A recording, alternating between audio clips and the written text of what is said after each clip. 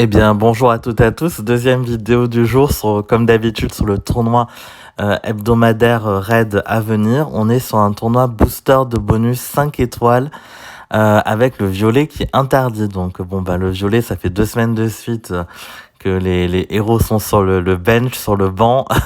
Pas trop utile les violets. Donc là, je vais tout de suite aller sur la toolbox pour voir les différents héros tank jaunes, que je conseille du coup. Hop, donc en mettant les 5 étoiles et par couleur, donc le sacré.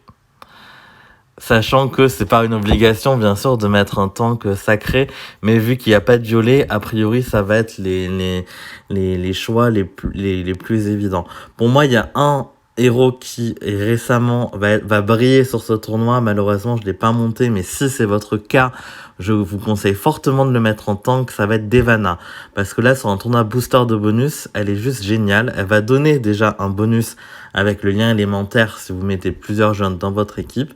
Et non seulement elle va être plutôt résistante, elle a des stats résistantes, de bons points de vie. Le sbire, il est hyper résistant. Et en plus, elle va retirer le bonus de la cible et des ennemis à proximité.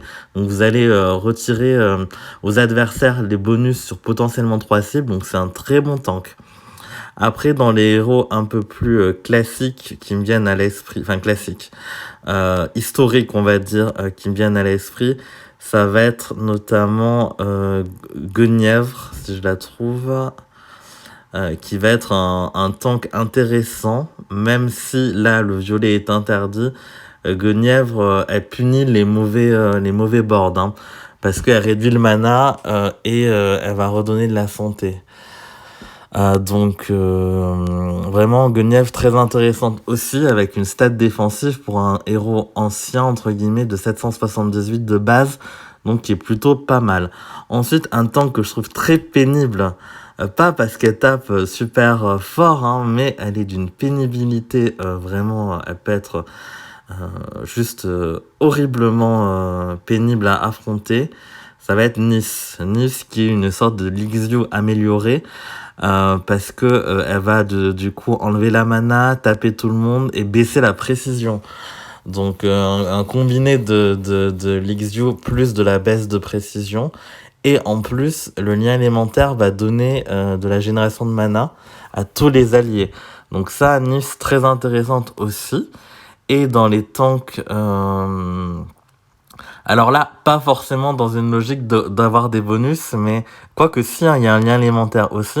Drakefang, clairement, c'est un premier choix pour le tank, très solide, va être pénible pour l'adversaire. Donc là, pour moi, ce sont parmi les meilleurs tanks. Ensuite, il y a d'autres options que je considère tout à fait métables, mais peut-être pas aussi efficaces. On a Norns, qui va être toujours pénible parce qu'elle a le fameux bonus de famille de réduction de mana quand elle est tuée. Donc comme Bera, ça ne l'oubliez pas quand vous l'affrontez, vraiment elle peut être très pénible.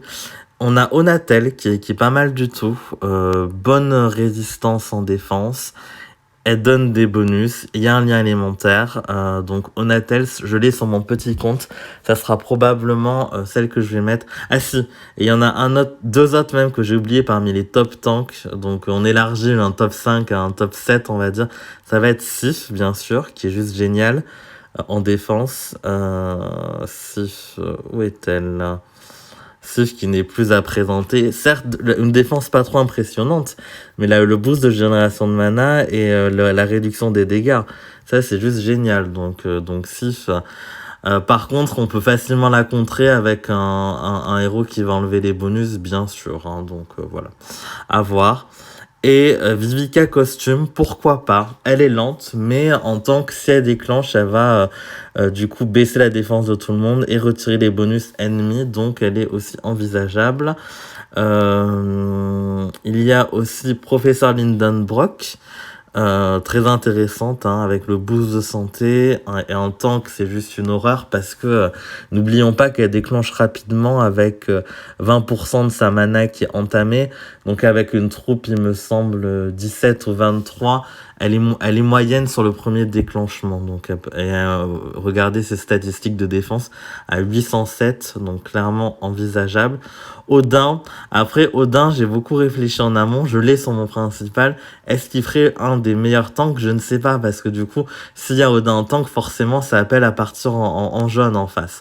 Du coup, il va pas faire autant de dégâts que souhaité.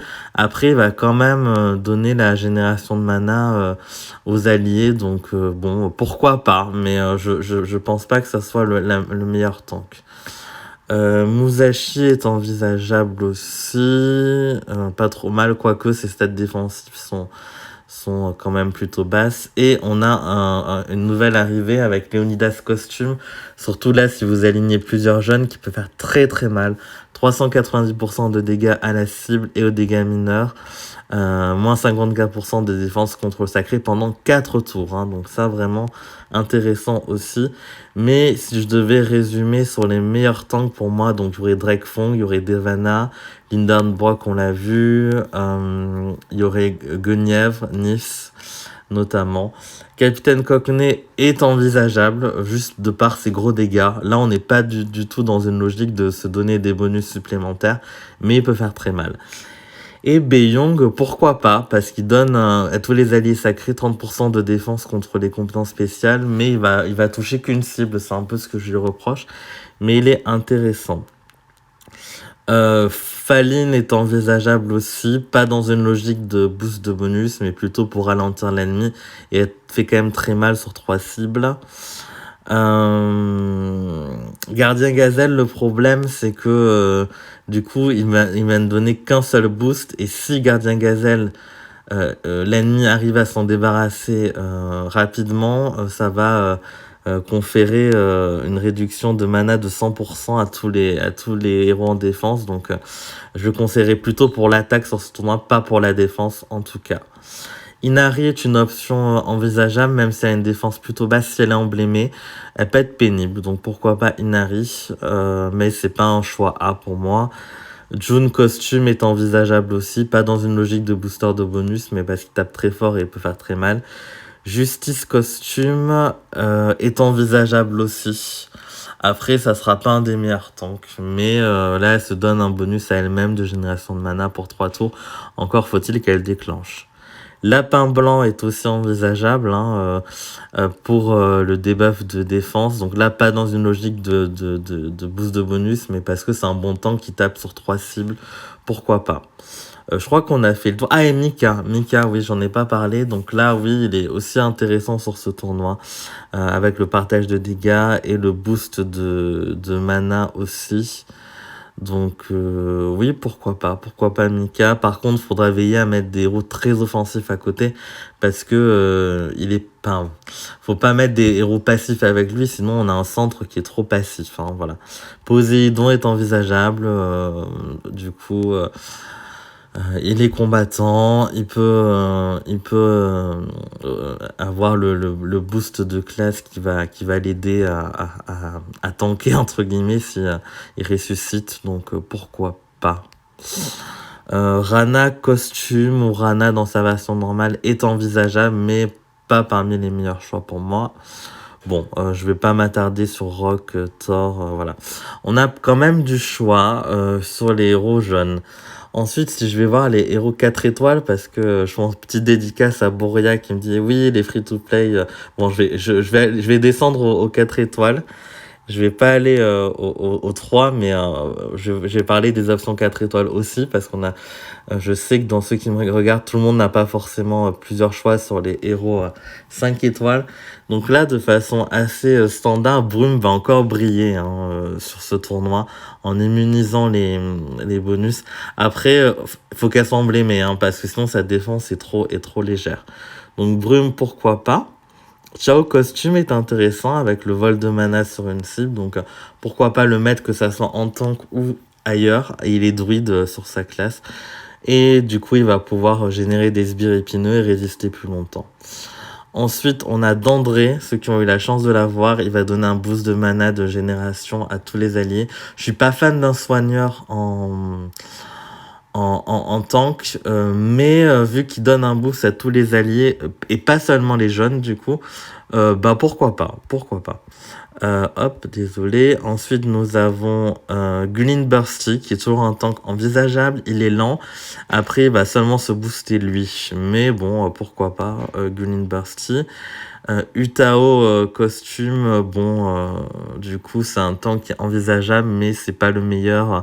Celui-là, il va pas donner de bonus non plus. Lixu va pas donner de bonus, mais elle va pouvoir retirer certains... retirer de la mana, du coup.